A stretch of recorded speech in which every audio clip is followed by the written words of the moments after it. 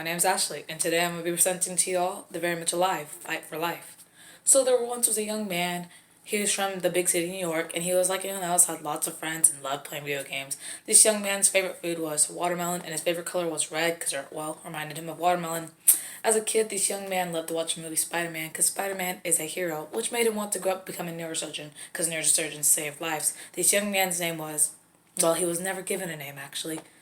In fact, there's no record of this young man's life, and no one even knows he existed except for his mother and the doctor who aborted him. This young man never got to experience a birthday, prom, his first drink, or baptism. This young man never got what the U.S. promises all citizens: the right to life. You may be wondering, why am I telling you all a story about a man who never got to experience life outside the womb? Today, I want to be informing you all on the very impactful and beneficial movement called the Right to Life movement, which is the very alive fight for life that I mentioned earlier. Man and government has no right to take what it did not give. Life is a very precious, irreplaceable thing. Life was given to us by God, and therefore life is a God-given right.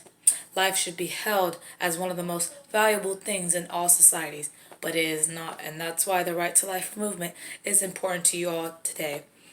First, I want you all to know that the Right to Life movement has so much history and impact and is still alive today, and I just want you to know all the facts of it. Second, I want you all to be informed on the issues in society around the societal issues around the Right to Life movement. And then lastly, I want you all to see the benefits of the Right to Life movement in your life and the next generation to come, which possibly could be your children if you have some. So I know it is important for you and those to come. So let's begin with the Right to Life movement's mission statement. According to NRLC.org, the Right to Life movement began in 1960 and was the very first anti-abortion movement in the U.S., and it's the biggest one in the world today. The Right to Life movement's mission statement says, we want to protect and defend all innocent human beings from the beginning of life all the way till natural death. The Right to Life movement is against things like euthanasia and dismemberment. Dismemberment is the process of cutting off a baby's neck in order for the mother to basically get rid of the body in a late-term abortion because the head's too big to fit through the pelvis.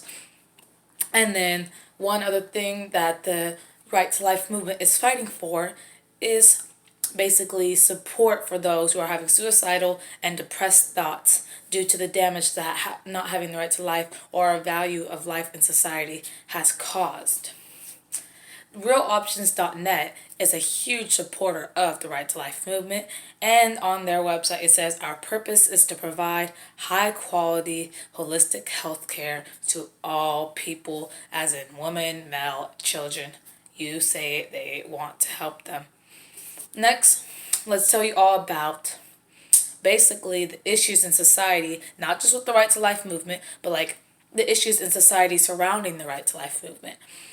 In society, one of the bigger issues, especially in the U.S., is basically an apparently unsettled foundation of laws. According to Bill of Rights Institute.org, it states in our preamble to the Constitution, our Declaration of Independence, it says, we hold these truths to be self-evident, that all men are created equal, endowed by their creators for certain unalienable rights, which among these are life. Did you hear that? Life, liberty, and the pursuit of happiness.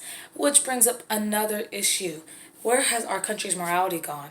We don't follow our own laws. And where has our country's morality gone when we take away the most innocent of human lives and no one has to suffer the consequences, at least officially by the law? And then lastly, the Right to Life movement, according to NRLC.org, which is National Right to Life.org, it states that they want to provide basically a way of communication for those who are hospitalized and their family might pull the cord. They oftentimes there's something like a will that's given to someone. They say, oh, I'm going to give my everything I have, my possessions, to this person. They call it the will to live. NRLC calls it the will to live. And basically they want you to be able to live and continue to live life and have someone speak for you on all the things you want around your life, rather than basically having someone pull your cord and then give up your possessions.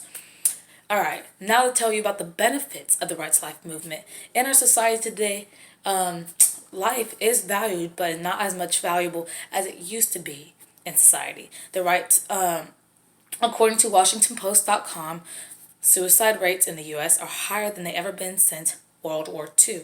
It's not surprising because in our society, we tell the sickly and the old elderly that throwing in the towel is the only way to gain any kind of control over your life.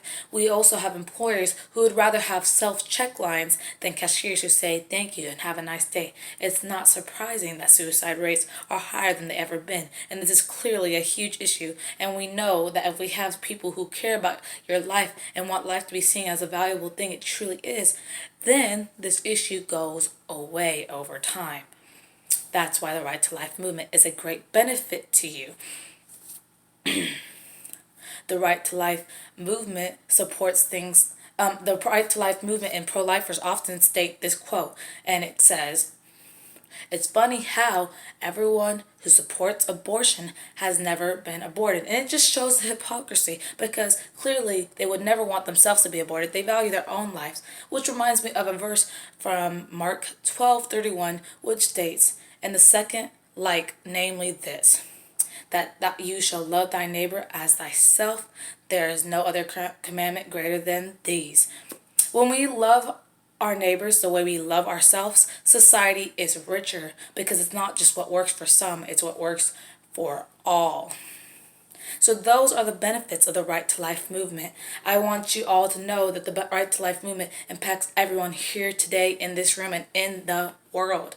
The Right to Life movement is impactful and beneficial. The Right to Life movement has much history. The Right to Life movement wants to solve big issues, and the Right to Life movement helps those here today and tomorrow. Thank you. My name is Astra Slee. This is the Very Much Alive Fight for Life.